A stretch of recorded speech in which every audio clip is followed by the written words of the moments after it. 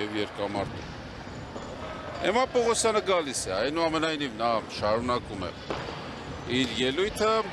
պարզապես հոգուն վարժության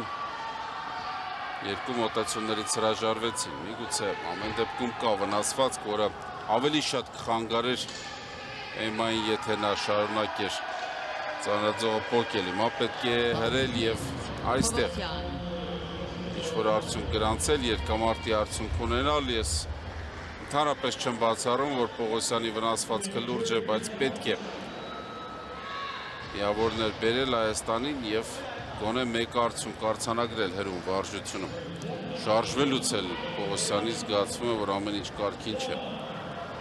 Այս տեսնենք, 120 կիլոգրամ։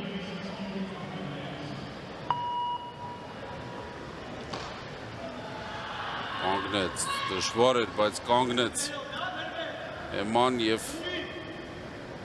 հաջորդիվ։ Տեսնենք, հրեց և կպայի։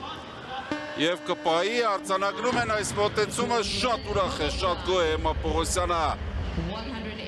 120 կիլոգրամ և նա դառնում է հրում վարժության առաջատար։ Իսկ երկամարտում 200